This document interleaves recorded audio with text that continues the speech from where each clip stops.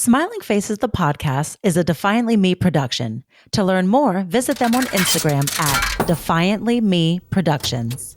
Friend to the show, friend to the pod, friend to life, Brick Jackson, is in last week's episode of the studio, and he was logging in to my Apple TV so he could get a really good copy of his time on the show. But I didn't know he was logging in, so when I got a notification saying, hey, are you logging into your Apple TV? I was like, you no. kicked his ass out. Yeah, you kicked his ass out. You were like, no. Not on my watch. Basically, Mutombo'd his ass out. Yeah. He didn't know that you guys weren't friends anymore. Welcome back to episode 24 of Smiling Faces, the podcast. I'm Victoria Dunn. And I'm Jess Anguiano, and we are executive producers of Smiling Faces, our hit show about two girls who discovered they're dating the same guy while working at a toxically positive spin studio. On this podcast, we provide you with unfiltered conversations about dating, heartbreak, revenge, and living your best life. Do you feel like some days I'm not living my best life? However, because I need to be living my best life, I'm like, okay, we're going to take these step A, step B, step C that leads to the best life, even though on the inside, not the best life.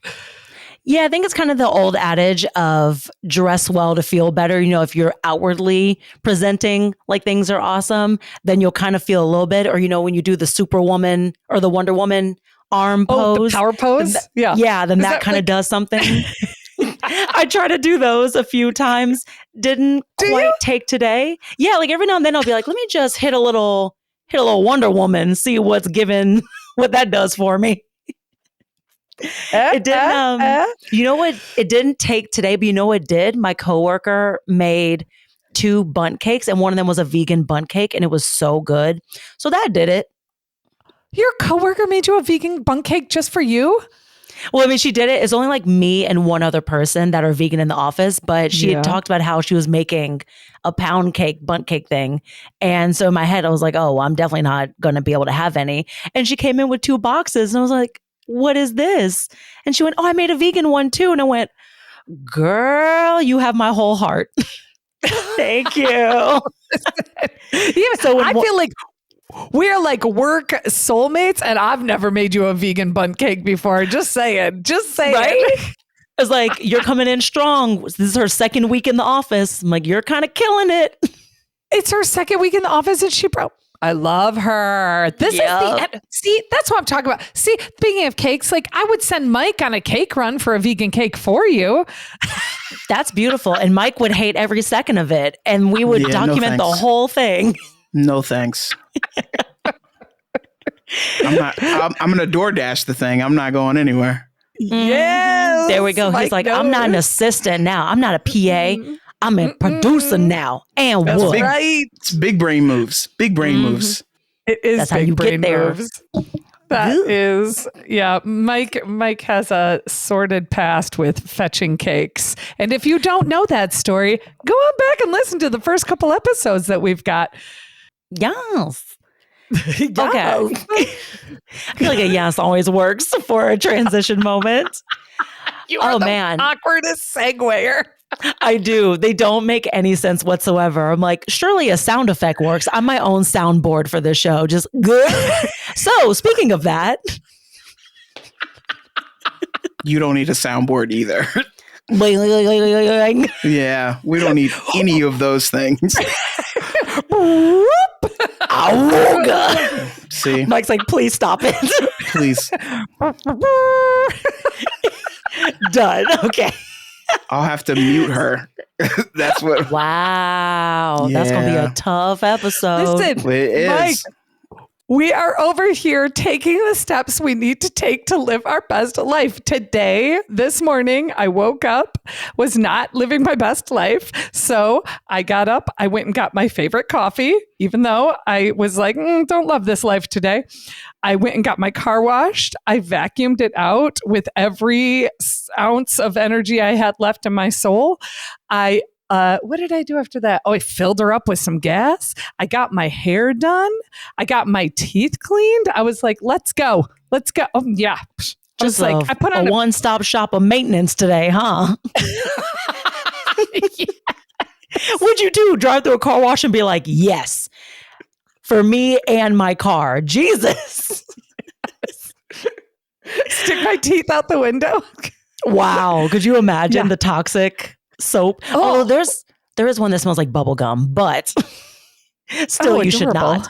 Yeah. I forget which one does that. But yeah. This podcast, we don't recommend sticking your head out of the car during a car wash. No, that's how you get decapitated. Correct. But I will say this, we do recommend listening in and getting some hot tips from us on production. And I think it's about time that we start talking about what we're up to as far as pre-production goes for shooting Smiling Faces. Indeed. I would say the big update besides the rewrites that I'm always working on as of late is something important to know if you have a fiscal sponsor, that when tax time rolls around, you have to give them a full report of all the money you've accrued while you're with them and all the receipts and showing proof of how you spent said money. So I'm in the financial tunnel of pulling receipts and showing financial reports to show them this is the money we've made while we're partnered with you. And here's how it's been spent. Tell the government.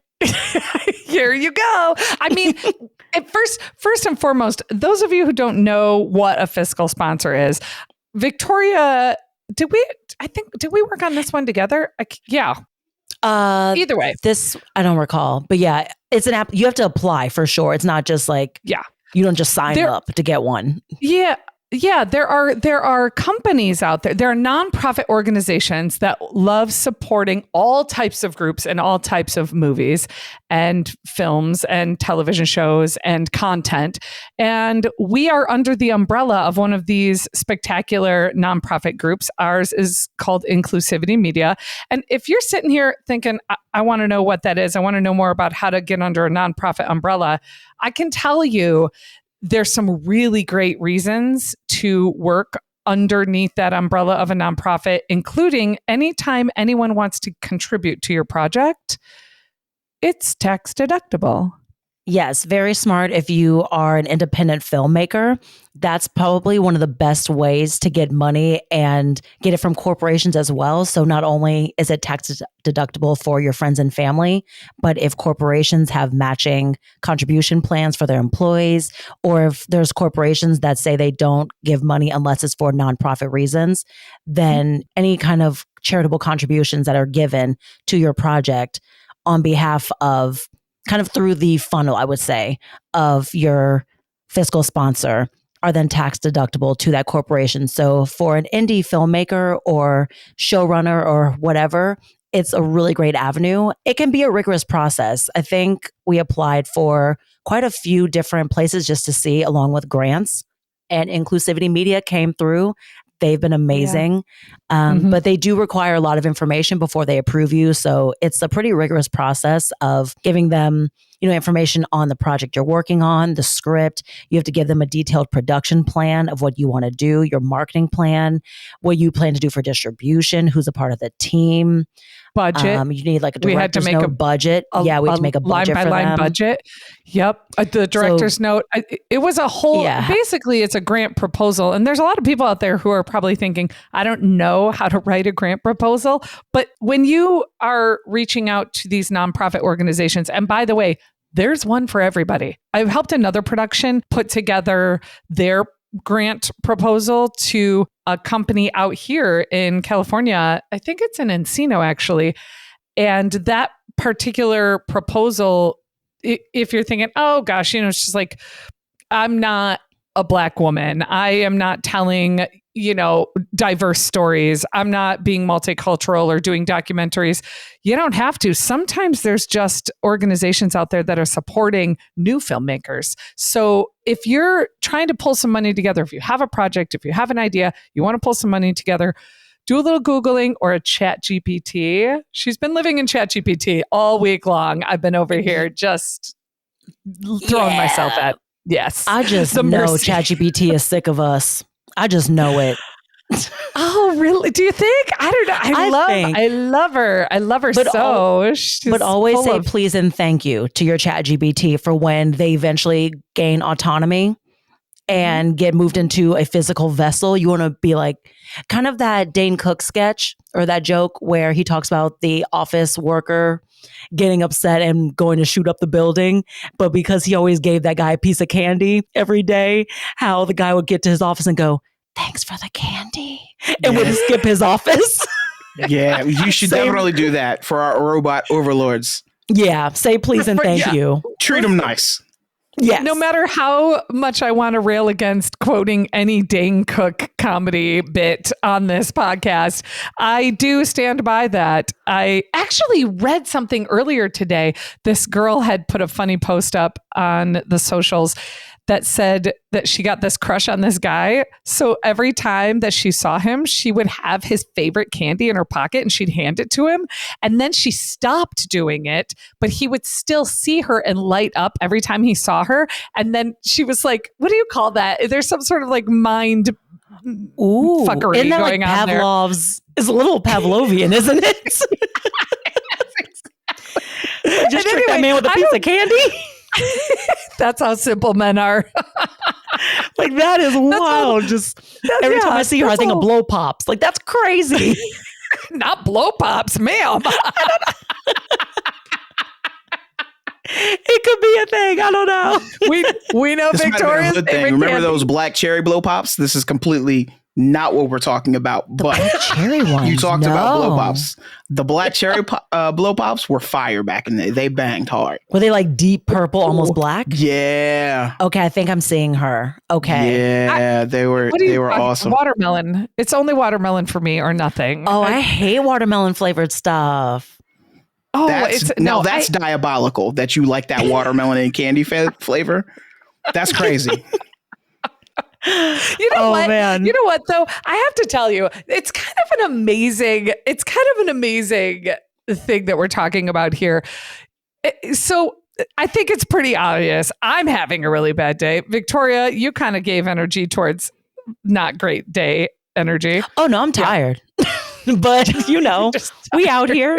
That's your status quo, though. That's like your norm. I feel like you guys are. I told Lucy that you two are white knuckling life right now, and I was like, I got to get them focused sometimes. Yeah, no, it's bad. I might. Well, yeah, I'll tell you guys too. I might take a little midweek. I'll be back for like tapings and stuff. I might take a midweek to Atlanta just to take a break, man. Yeah, I need it. That's what I wanted to talk about today because, you know, we're making this incredible project. We gave you the hot tips, and I'm telling you, this is your hot tip.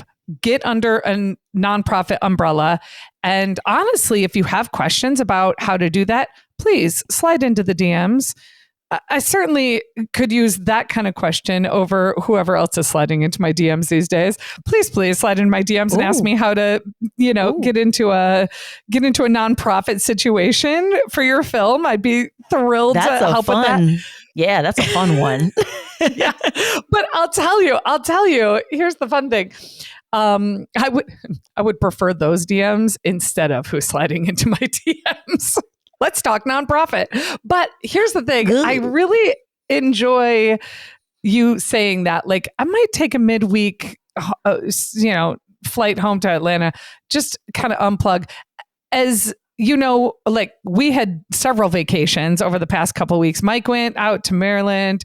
Victoria where'd you go? Palm Springs for a wedding. Right. So, I mean, it was good. But yeah. Listen, and side note, that dress was a fire. Thank you. My breasts barely stayed in it. I saw that. I was like, she's one strong wind away from a nipple popping out. Oh, no, they were covered by tape. And I had one really, really great gay man, Evan, who would just like slide it back in when it slipped out. Yeah. Nice. Evan. We all need a gay man to watch our nipples. We all need that. Always. Anytime I danced too hard, he would just reach in and put it back in. And he goes, I know my job for the night. I was like, thank you, King. Oh, God. Yeah. What a beautiful man. And thank you to all the gays who recognize their position. Yeah. on earth of watching for those costume moments of just, it's tough because we want to show you so much that you want to see. I love sharing all of this with the world. And also it's like, keep it. Yeah, but honestly, booby tape kept me on point. That's a hero. Yep. Yeah. I didn't know you needed special ointment to remove it though. So that was tough. No. Yeah, and in the removal, I just basically got in the shower and slowly just aggressively rubbed like nice circles to get it off. But it goes, for removal, make sure to have your booby tape removal product. I went, my what? Wait, it was too late. I was already in Palm Springs.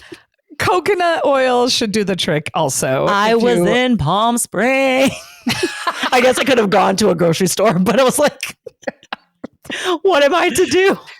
You were already in the shower. I was. I'd made peace with it. I was like, I'm just going to wet this tape and just aggressively scrub my boobs until it comes off. Beautiful. And it did after a while. Great. Perfect. Yeah. Although maybe we're spending a week. Is this too much breast talk? Nah. I mean, I did say nipples. I started this talk, actually. Like, yeah. You started this. This is actually Mike's fault. And do I know limits? No. You don't. Listen, unfiltered. That is the top. That is the theme of this podcast. Unfiltered. Yeah. I'll say that up one side and down the other. So on that topic, we're talking, how you like to be treated on the worst days. Give that person in the office who's kind of a moody broad a piece of candy every day, or use it to lure your crush in. They won't even know why. Go There's get something about them just seems right and cherry. Yeah. It's great. I think it's easy to find out like what somebody's favorite candy is too. That's an easy thing. So yeah, I feel like people are willing to share that pretty easily. What's yours?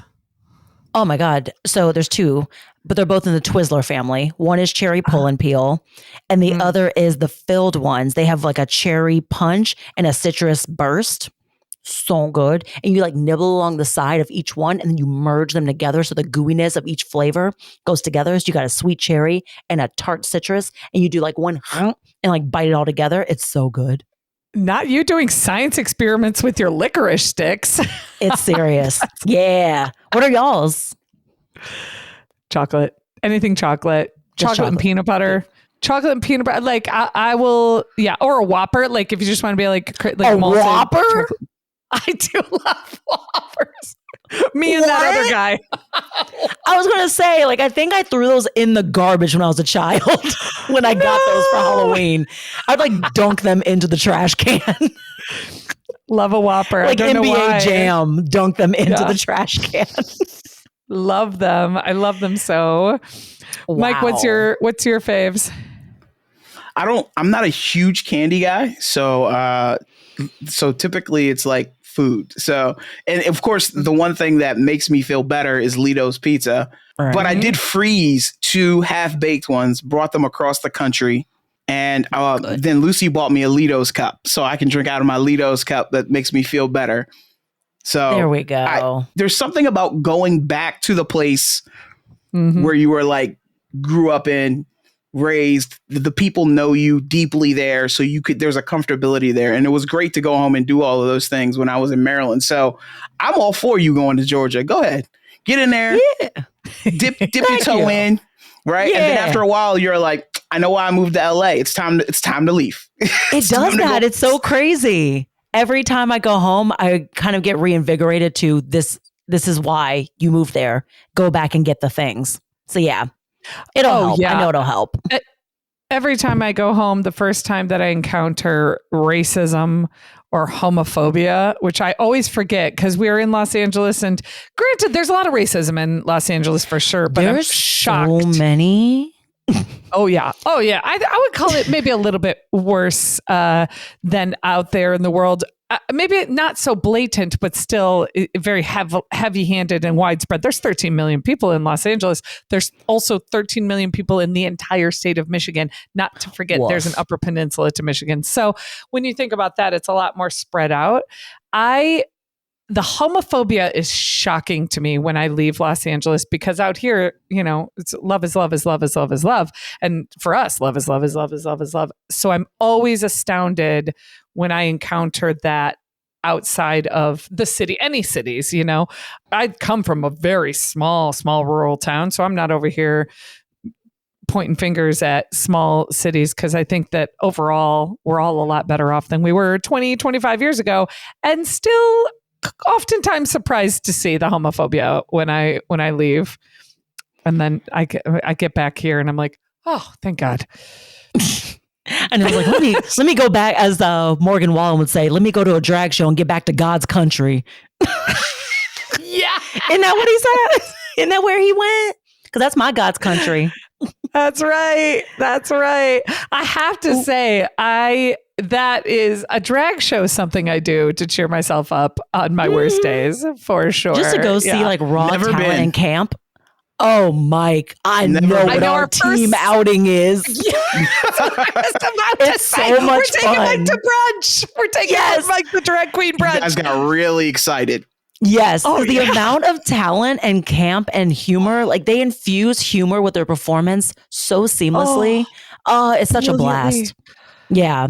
You have to. I'm so excited for you. The names, the costumes, the passion, the giant boots filled with mimosa. Oh, come on. It's so good. Yeah. We're going to Hamburger Mary's. Yeah.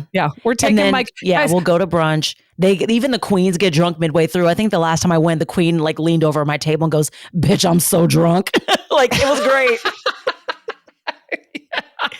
They usually do two shows. If you do a drag queen brunch, they do 2 shows. That is, I have to say, I feel like that's the last time I went to a drag queen brunch was my last time doing day drinking, I believe. And because it's just, that's it. That's your day. And then it's the day and a half, Because then you got a buzz and you can't be productive after that. It's go back home and watch, I don't know, Housewives or something that makes you smile, because you're not going to be a contributor to society after drag brunch at 11. No. You're buzzed by 3 p.m. What are you going to do?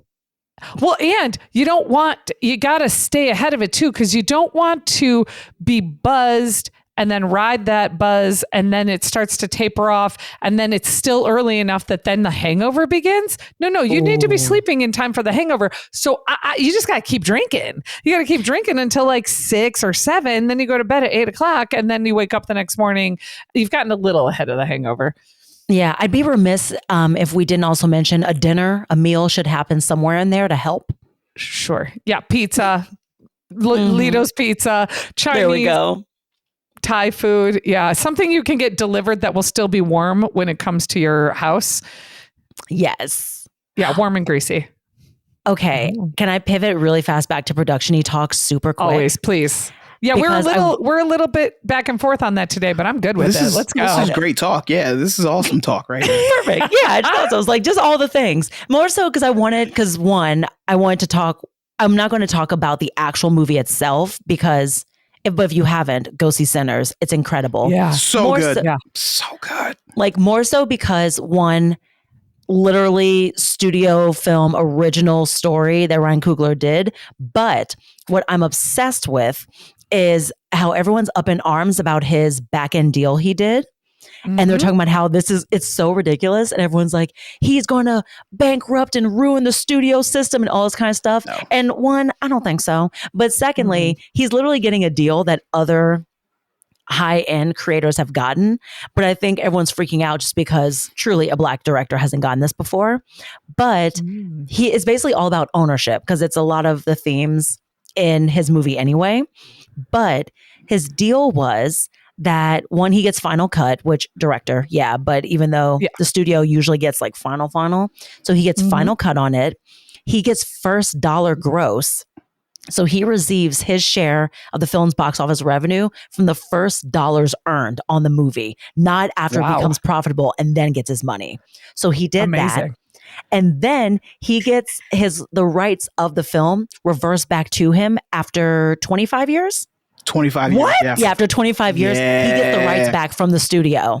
Okay, Ryan Coogler, that's how you negotiate a deal. Right. I was like, oh, that's incredible. But then, so this guy that I know who's in the industry, kind of talked about it. And he did a whole breakdown of how every step that Ryan Coogler made to go towards getting a deal like this is kind of the perfect blueprint of doing it if you're an independent filmmaker.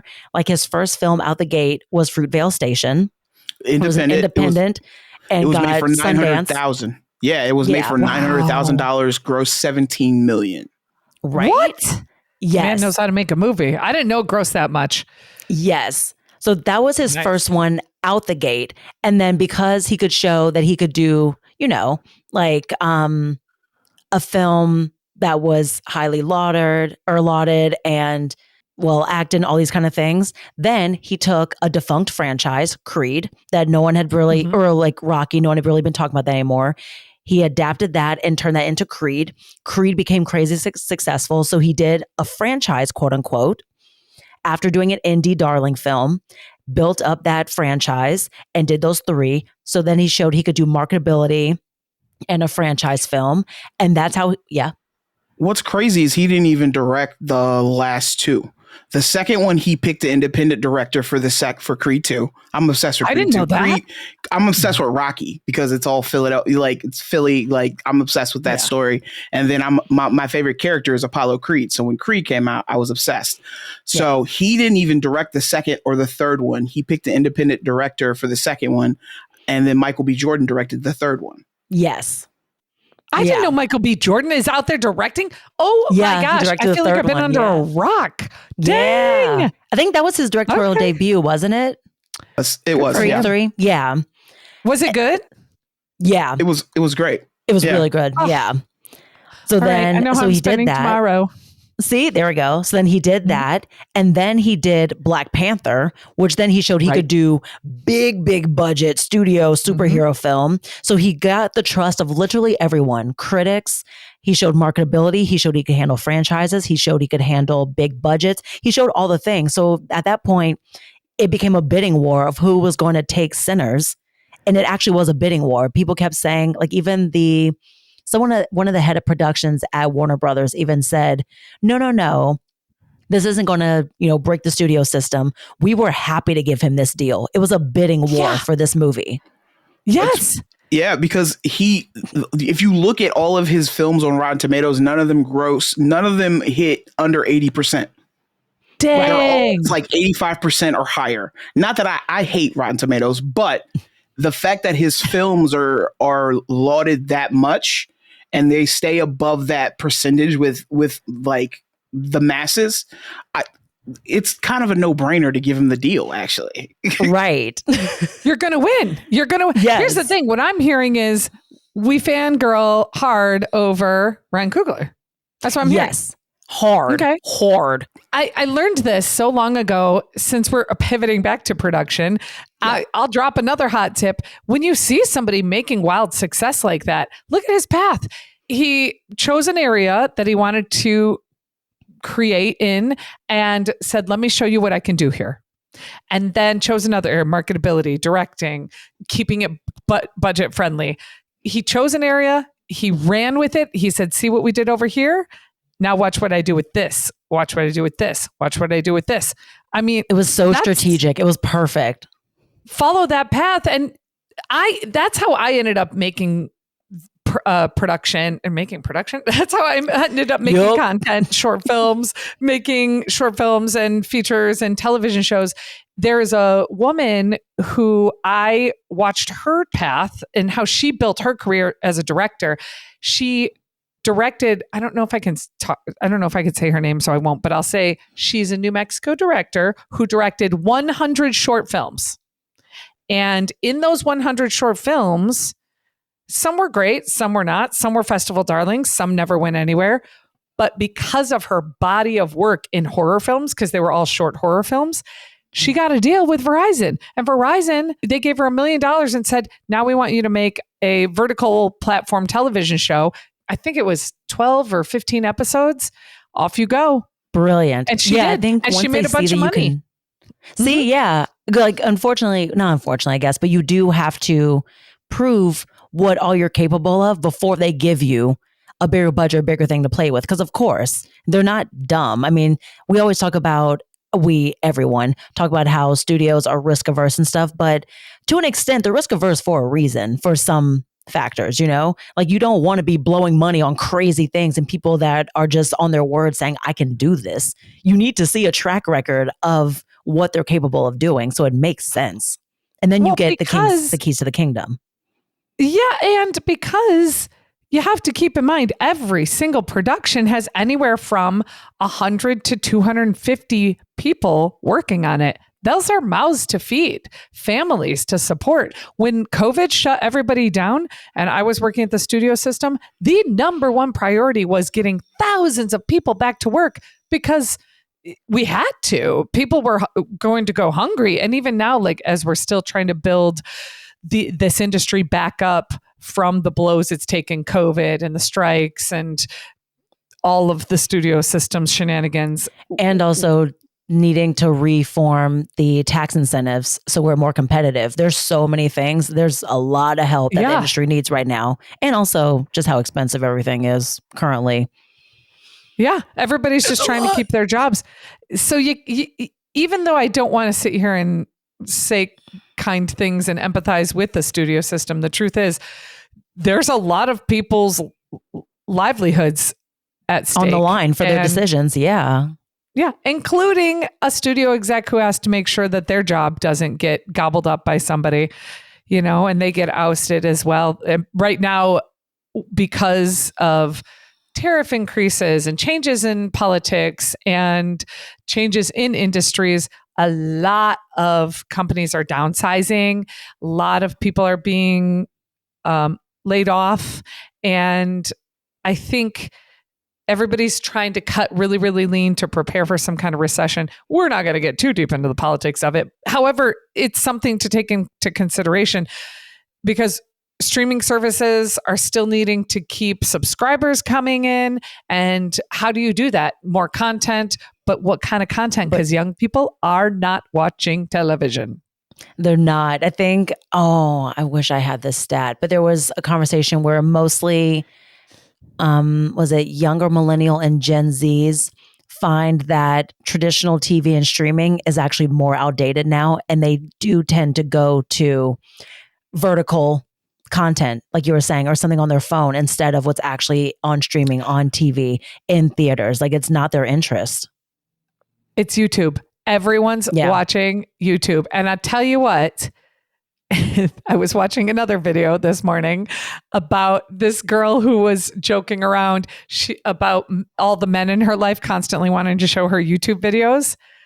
It is so true. Every man I know is like, let me show you. Look at this funny YouTube video. It's like the way we connect now, even if it's something that was on Saturday Night Live, which is a television show. People would prefer to go to YouTube, watch that clip on YouTube, show all their friends on YouTube. We're on YouTube, Yeah, exactly. Yeah. I think it's more sometimes digestible for people. You're not sitting through commercials. Also, YouTube is free unless you do YouTube TV, I think everyone's being more conscious of the dollars that they're spending now for everything. Yeah. So to try and compete with the 50-11 shows that are out, because I know sometimes it feels like there's nothing on TV. There's actually still a good amount of stuff on TV. I'm a bit overwhelmed. So trying to watch everything that's out there and then have enough content where it's interesting enough for you to say, I'm going to commit to $16.99 a month to stay with this platform, to always watch what they have coming. That's got to be stressful to be constantly thinking of something good for people to watch. The irony, I think, also is that YouTube is like $75 a month. And that's why I don't have her. Because who do you think you are? Yeah, but you don't need to have her because how many dudes are asking you to watch their YouTube with them? Not a lot. I dated one guy. Oh, man. I think Castaway liked to play YouTube when we would hang out together, but it was more so just so we could Castaway. Yeah, same. He'll play like music all the time and just share songs he liked, and he liked to actually watch music videos. So that was a doozy. Oh yeah, yeah. So he had YouTube TV because it was fiscally responsible for him too. It was for what he wanted, That was the only thing he had. He didn't have Netflix and Hulu and stuff, which boggled my mind because I'm like, what do you mean? You have to have Hulu because it comes with the Spotify subscription. That's why I don't. Wait, I love my Spotify. Oh yeah, I can bundle. Damn it! I think it's like Disney Plus, Hulu, Spotify. Oh, what? Yeah, girl, why are you not bundling out there? Oh my God, I'm paying separately like an idiot. Oh my God. You got to get in on this. You got to cancel the podcast. Yeah. I have to go fix this. Cut the feed. I have to tell you, it's either that or you got to start dating somebody who's going to start sharing passwords. Yeah, I'm the big pimp. I'm giving all the passwords out to people, even to the point where so The Studio, excellent show, by the way, if you want to get into having a little bit of empathy for the studio head, to be honest. But friend to the show, friend to the pod, friend to life, Brick Jackson is in last week's episode of The Studio, and he was logging in to my Apple TV so he could get a really good copy of his time on the show. But I didn't know he was logging in. So when I got a notification saying, hey, are you logging into your Apple TV? I was like, you no. Kicked his ass out. Yeah, you kicked his ass out. You were like, no. Not on my watch. Basically, Mutombo'd his ass. Him. He didn't know that you guys weren't friends anymore. I was like, hey. And I texted him and went, were you just trying to log into my Apple TV? He was like, yeah. I went, warn me. I just rejected you. I love that you rejected him. And then you texted him and were like, was this you? I didn't want to be wrong. And let some stranger. That makes me happy. I worked very hard to get my information off the dark web and off brokerage things because I got like hacked or something. So I've been paying for a service to remove me from everything. So I was like, not again. You know what? I have to say, Brick is a hero. We love Brick on the show here. Hi, Brick. We know you're listening. We know you love us. Yeah. And if you aren't listening, we'll know because you won't text us and tell us how much you love us. Exactly. That'll be the tell. Say it back. Say it back, Brick. In your car right now. Say it. He's like screaming it on the 405. Exactly. Well, that makes me think of my favorite segment, which is our smiling faces moment. Yes. I want to know what's happened to you guys this week that you have grinned and bared it through. Yeah. So for me, I've had to talk about, we've talked about it before on the show. I had to talk about the money tree in the office again. Oh, no. It's doing great, by the way, but I had to be asked again, oh yeah, she's getting there. She's coming back to life. What have you been doing? Have you been watering it every day? And through gritted teeth, I went, no, because remember, this happened because I overwatered it. So watering it every day would be bad. So I'm back on the normal weekly schedule. I was like, I can't talk about this plant anymore. I will lay down in the middle of the 405. I can't do it. Please. Not death. Yeah. Not death. I will seppuku myself before I have to talk about this stupid plan again with them. Jeez. I hate it. I love it so much. And if you don't know what happened, Victoria had a smiling faces moment a few weeks ago where the owner of said plant in this office was devastated to see that it was struggling a little from overwatering. Go back and listen. Don't tell them. You're right. Go back and listen. Yeah, go do the work. Earn the story. If you want to be looped in on everything that's happening here on Smiling Faces, you need to be listening to them episodes. Don't loop them in. Yeah. Wait, Victoria, can you sneak us a picture of the money tree? I will. I absolutely will. I would love to see the money tree. Yeah. Yeah, please, I definitely will. We're dying to. I think everybody wants to see the money tree. They Mike, do. what They've about seen you? the journey. What are you grinning and bearing through this week? I mean, mine's not very eventful. It's just catching up. I was gone for 2 weeks, essentially. So catching up on everything, feeling a little overwhelmed today. And I just told Lucy, I was like, I'm feeling overwhelmed. There's a lot that I got a lot of balls in the air. Like there's like the podcast, and I have other podcasts, and then we have the show. Like there's just a lot. So feeling a little overwhelmed today. So I'm feeling much better now. But this morning I was like, what the hell? What the hell? So much. Oh, no. And it's okay, fam. We know Mike has other podcasts, and we also know who his favorite is. Ayo. So it's like, we're not jealous. It's fine. I'm not even gonna listen. I love all my children equally. Not you saying that lie. Of course you love them all equally. You have to say that. We get it. Wink. Yeah. Jess, your smiling faces movement. Oh, this is something I've grinned and bared it through. You know what? The sad thing is I don't think I could say that I grinned and bared it through, but I definitely got dumped last night. Yeah. Oh, no. Oh, yeah. It was devastating. I'm grinning now, which is nice. I mean, thank you for releasing me back into the wild. Listen, I told you, I woke up this morning. I got some coffee. I got my car washed. I put a pink sweater on. I got my hair done. We're working. We're compensating hard. This is make a full body grinning and bearing it through. Met somebody great. Not somebody who I thought was great. And sadly discovered they have terrible taste because there we go. Didn't want all this. Yeah. Wow. So, wow. Agreed. That's all right. You know what? I'm available. Come on, get me, boys. There we go. And not the solicitation at the end. Immediately. You know, I feel like this. Oh, I was going to hit you with a "Bring it on" quote. That's all right. That's okay. You're going to pump our gas someday. This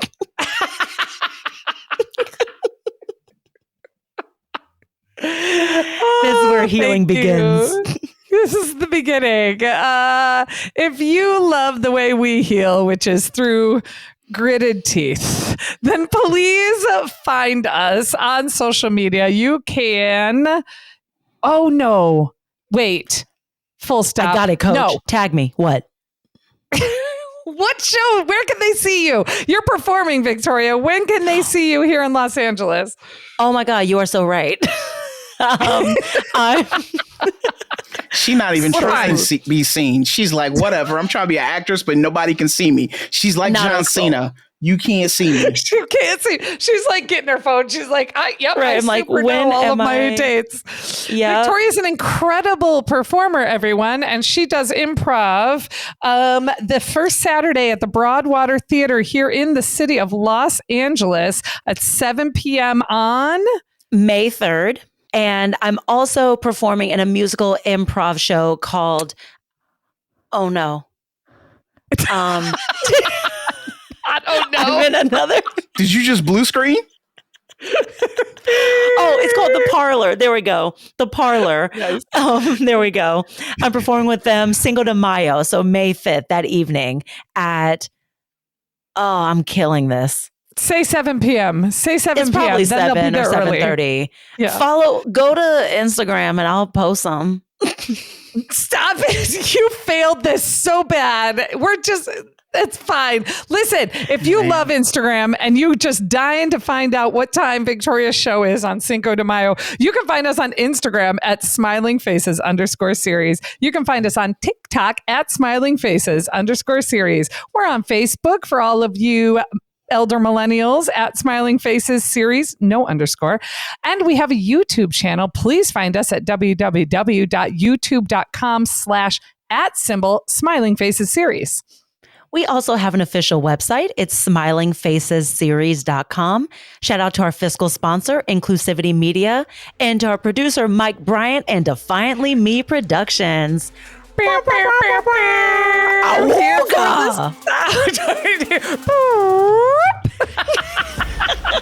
Oh, yeah. Okay, we can stop now. You guys are off the rails. We've been off for a week, and you guys are off the rails. Missed us. Thanks, y'all. Bye. Bye.